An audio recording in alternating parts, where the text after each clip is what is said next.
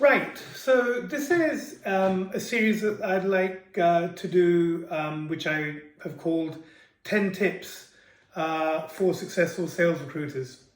It's a little bit of soft skill setting, going into some of the topics or subject matters that may elude you or you might not think about.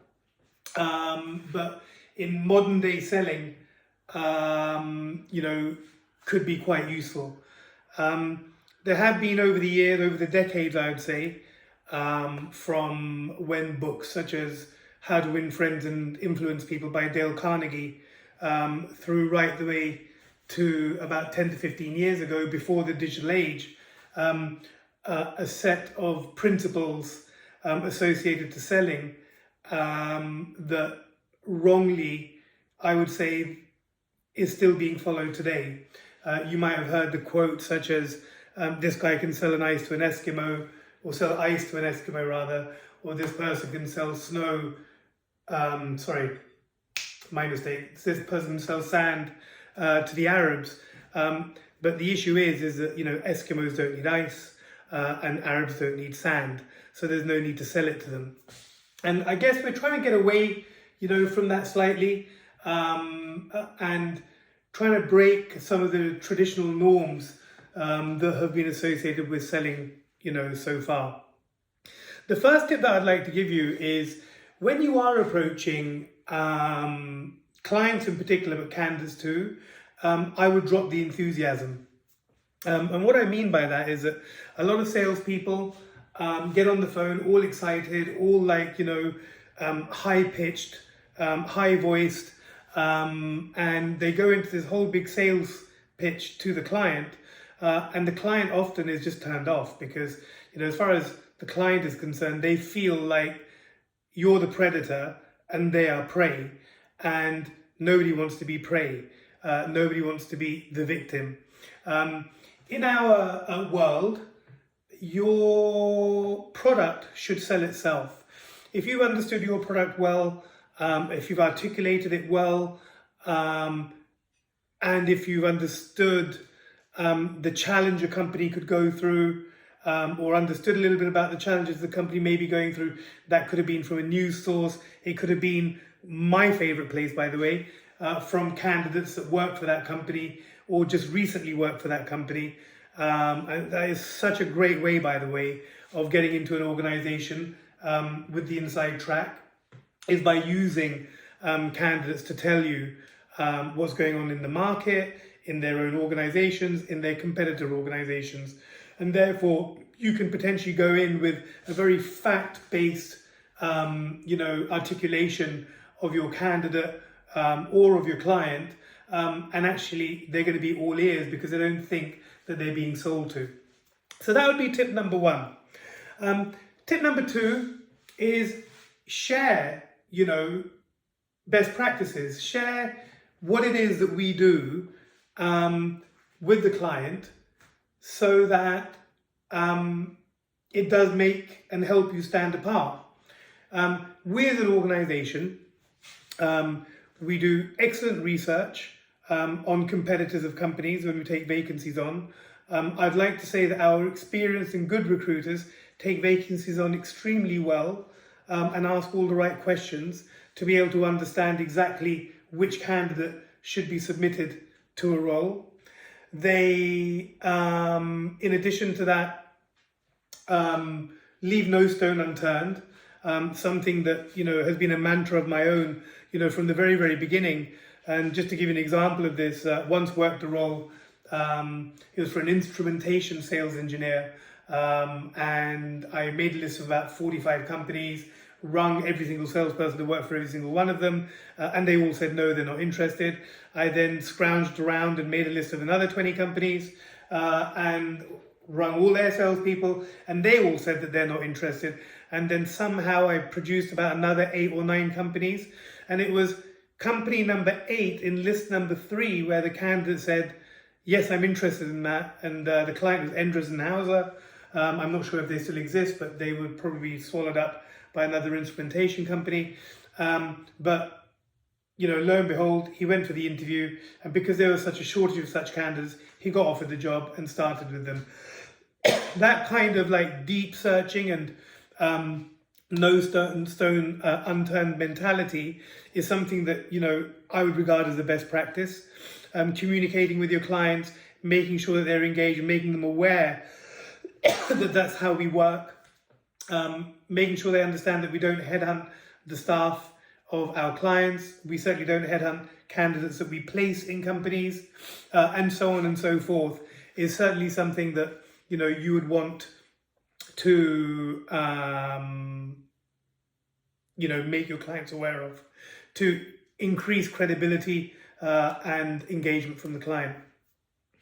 The third point that I'd like to bring to the fore is really asking your clients the right type of questions. We do have vacancy forms and we have PQ forms, as you all know, that go into a more linear, one-dimensional view of how to understand an assignment or a candidate. But one of the questions which really would increase engagement from the client is by asking them, what are the major challenges in the role? What is the major challenge? What is the one major challenge that you as a client are trying to overcome by taking this person on? So, the answer to that could be potentially, our major challenge is that we're really strong in the engineering and the oil and gas markets, and we've been trying to break into the telecoms market for the last year or two now, and we just haven't had any joy. So our major challenge is to take market share from our competitors in the telecoms market, and that's the type of person that's going to be successful with us. So at least you then know, what the company's going through. You've asked a nice open-ended question, and there's just all-round more engagement from a commercial level from the client, because you're not just asking him mundane questions like, what area would this person be covering? What sales target would you be giving this person? How would you expect them to do this? And so on and so forth. What we're trying to do, we're trying to get the outcome to be that the challenge has been resolved. And also when you're pitching to the candidates, having known the challenge allows for a much better pitch to said candidate, and probably you will get a lot more candidates that are going to be, willing to throw, their hat in the ring, because they feel that you as the recruiter are not just reading a job spec to them, but you're talking to them about something, which is perhaps potentially a lot more emotional, a lot more desirable from a passion point of view. One great thing, with candidates I've experienced, in the past is that, look, you're working for a really, really large organization at the moment. You've done very, very well. Do you think that you'd be up for the challenge of working for a smaller organization where you would be a lot more accountable, a lot more visible? Do you think you could hack it? And that obviously brings from the candidate a response where they usually justify what they're all about and what metal they're made of. And that's kind of where you want to get the candidate. And also you can even get the client, to that point as well. So yeah, asking about what challenges they face as a business and what challenges need to be overcome by the appointment of the person is super, super important. That takes me nicely on to point number 4, which is learning the cost of the challenge. The cost of the challenge, is really like, what is it costing you by not having this person in your business at the moment? This doesn't only apply to sales recruitment, this could apply, all around. It could apply to a blue-collar engineering business that have an engineer in a patch and haven't had one for 2 months, and therefore all the engineers from the neighbouring patches have to fill in for that engineer. Or they're having to pay a freelance engineer twice the money they normally would pay. So that's an additional cost. It could be in the construction field or the engineering field, where they're potentially looking for an estimator, and the cost of not having an estimator means that they're losing out to their competitions that do have estimators, because they're able to put in more estimators than the person you're speaking to is, or the client that you're speaking to is. In the context of sales, what you're going to have is, an area, for example, where the client's potentially looking for £1.2 million a year in sales, which is £100,000 a month in business. They haven't filled the role for 3 months, and it may take another month or two to fill the role. So once it's all said and done, they will have lost £500,000 in business. Now, it's important, to try and extract what the cost of not having the person is, because it gives you leverage, through the transaction or through the process of, fee negotiations, salary negotiations, action negotiations, i.e., well, look, Mr. Client, this sounds like a really important and urgent role to fill. So, can I assume correctly, based upon the fact that it's been 3 months now and you're losing all this money, that you would want to interview as soon as possible? Yeah, actually, I would, if you can come up with the candidates. Well, perfect. It's Tuesday today. How about next Friday, morning or afternoon? Which one suits you? I could have 3 candidates shortlisted, to come and meet you, and hopefully within a 6 to 8 week cycle, you can go through first, second, stroke, maybe third interview stage, make the offer, candidate resigns, starts with you a month later. And we can contain these losses to £500,000 rather than let them start reaching 600, 700 and 800,000 pounds. So learning the cost of the challenge is really, really important. And then basically, I want to go into point number 5. Point number 5 would be to always make sure you get a salary range. I very recently worked a project where I didn't get a salary range. Bad form on my side for working the role in the first place, but I was actually working for a company that I'm really, really familiar with. And when they told me that the salary is open, I just took their word for it. Went off, like a silly old man, worked the role, produced a shortlist, only to be told by the MD of the local business, as I was dealing with HR, that he's not willing to pay the kind of money that my candidates were looking for, and that his salary range was about 35% less. Now, in this instance, let's say we ask for a salary range, and the salary range is, 20 to 30% lower than what the market norm is. Understanding the cost of the challenge actually becomes crucial in you being able to influence the client in revising their salary structure. Now, it isn't always going to be possible, because they may have a status quo. They may have another 10 people in the business up and down the country who are within a salary bracket. But it could be that they're lucky to have all these people in their business on these salary brackets, and that maybe they're underpaying across the board.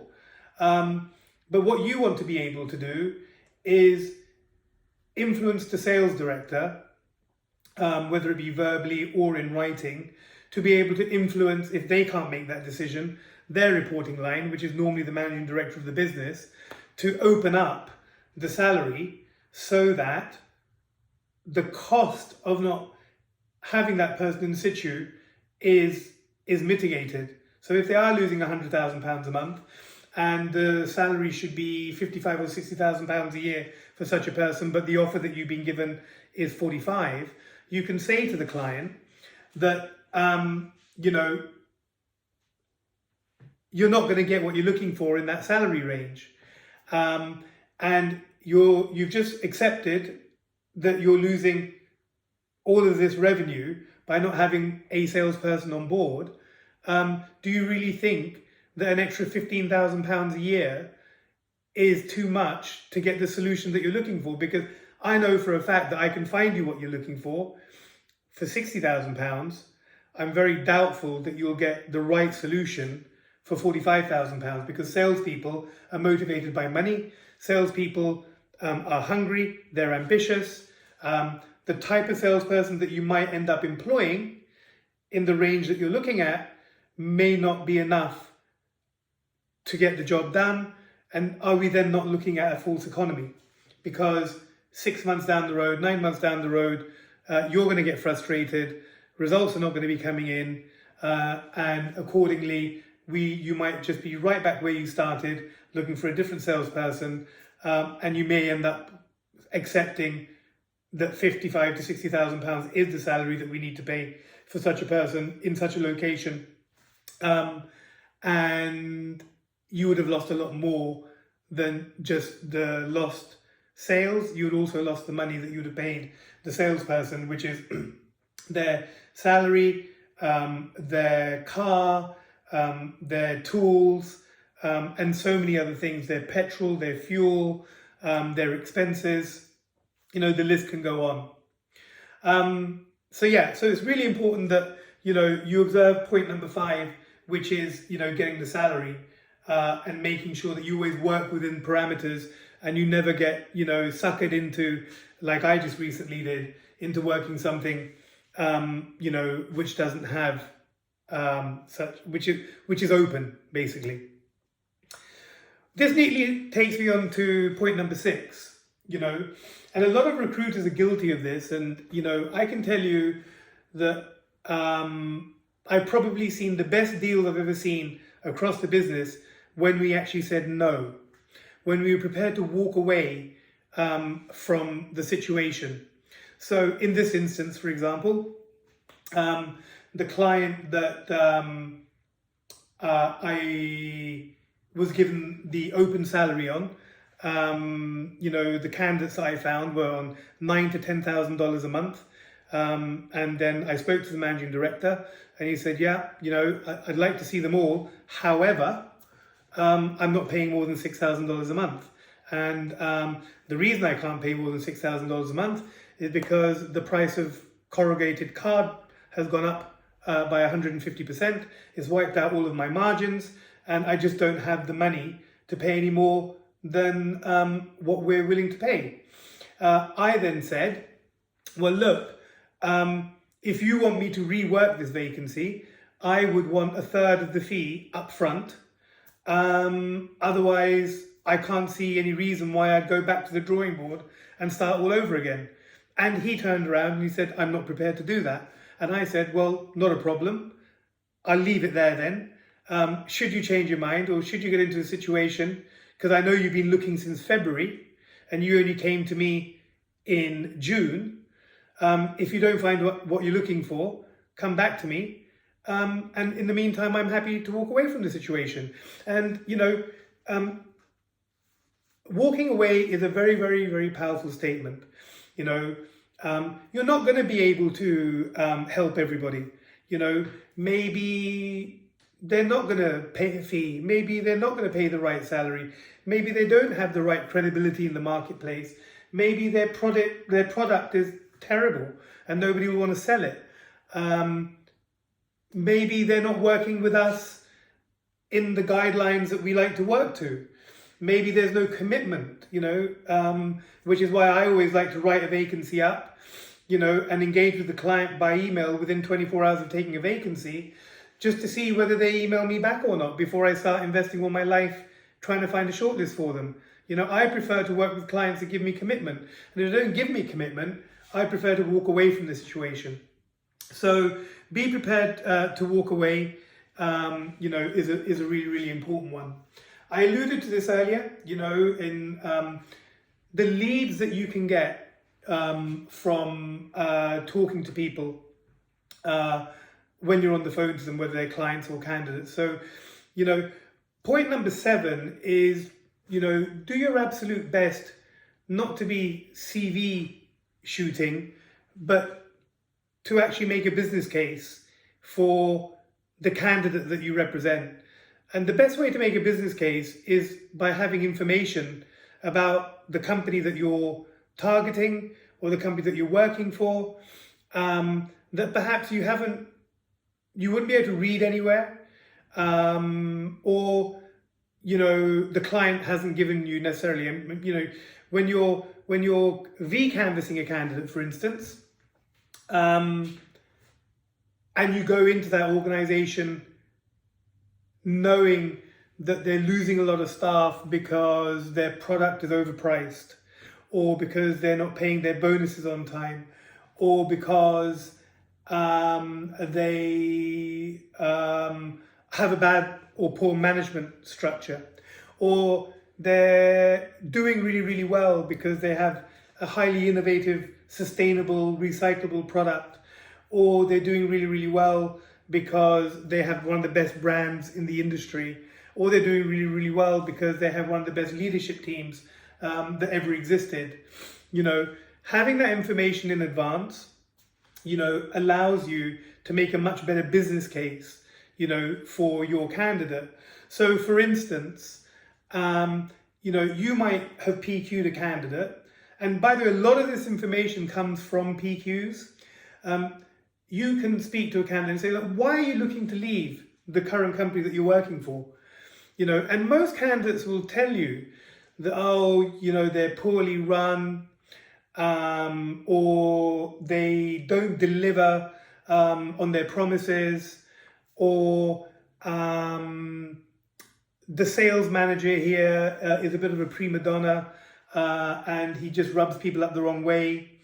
I can give you a business case for each one of those.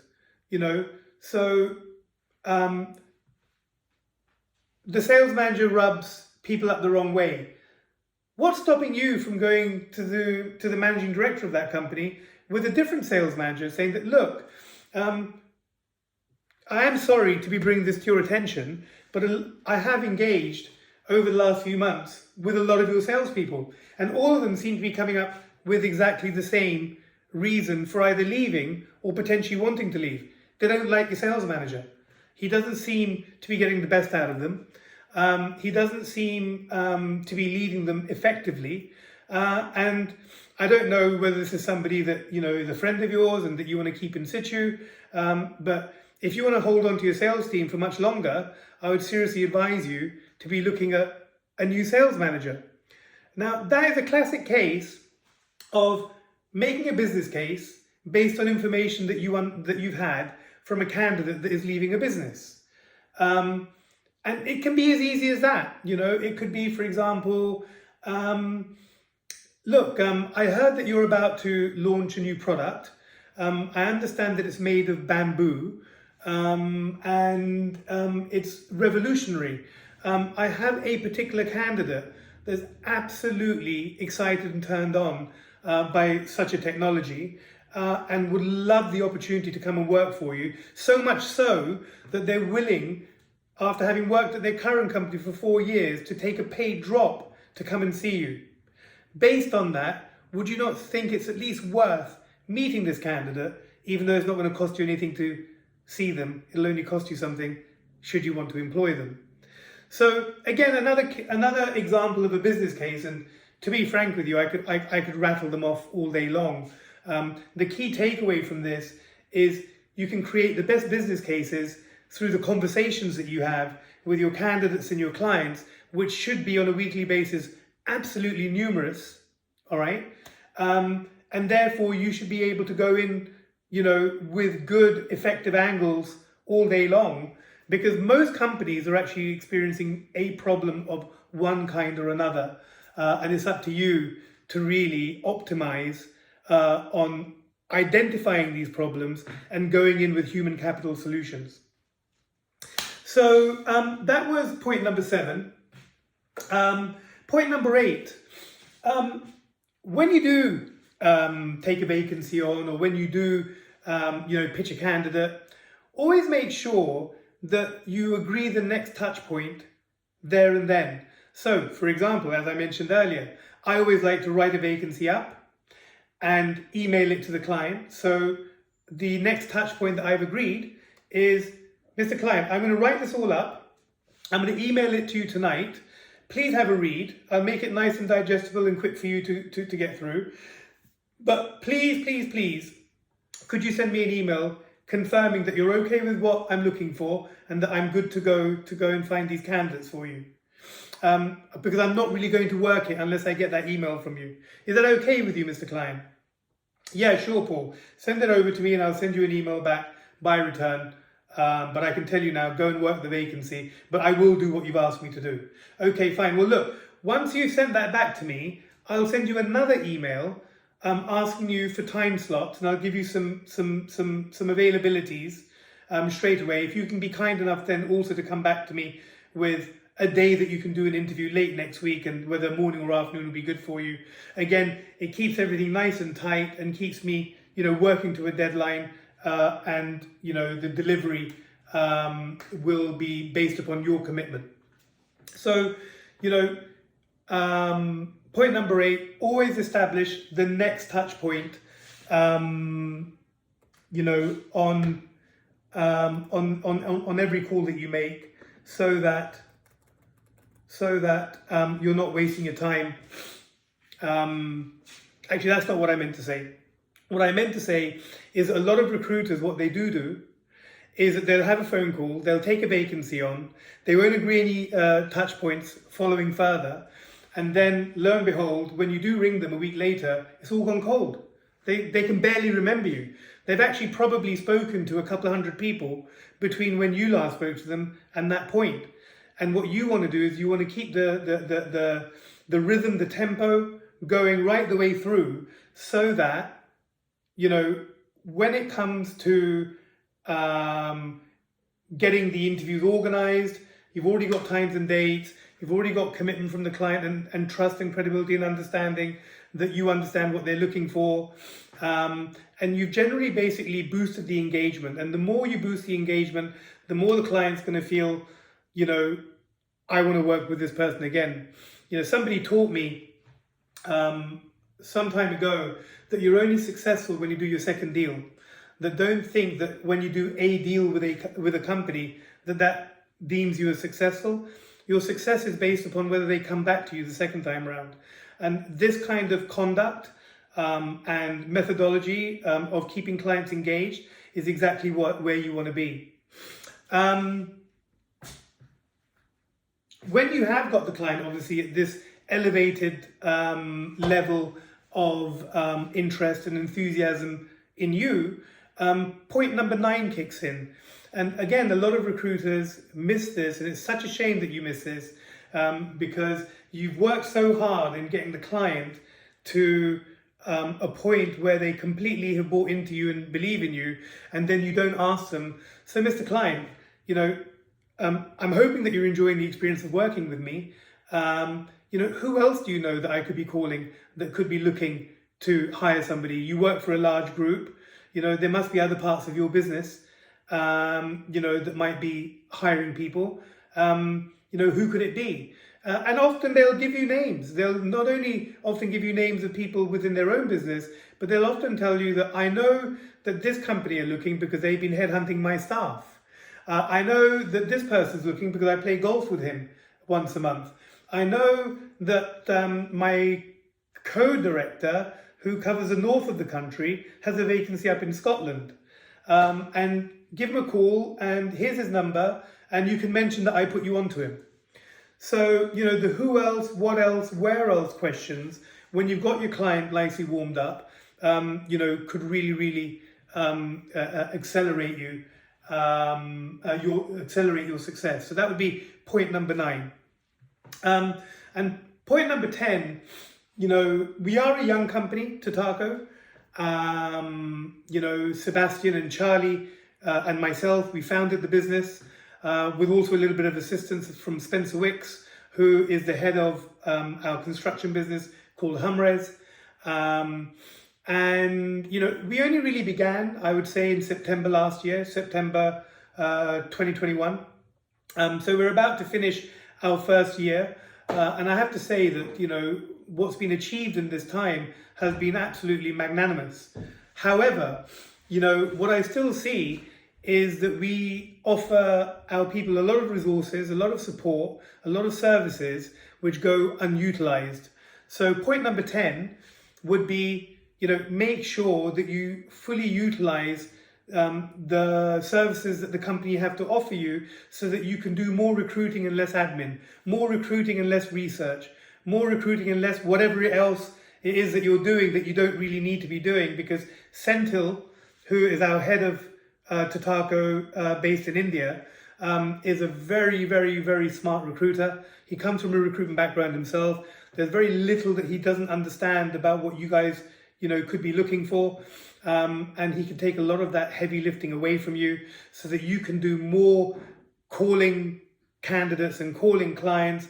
And instead of staring at CVs all day, which India could be doing for you, you're doing the more important work, which is speaking to people and getting the inside track on the millions of opportunities that exist out there. So these are the 10 tips that I'd like to give to any successful recruiter. And if you can see in the background, there's a tiger. And that's how I look at all of you guys.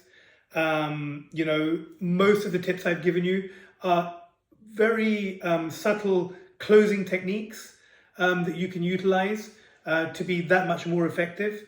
So, bring the tiger out of yourselves, and don't miss out on any of these great tips, because I can tell you now that it can make your life and your income and your consistency far, far, far exceeding what it is today.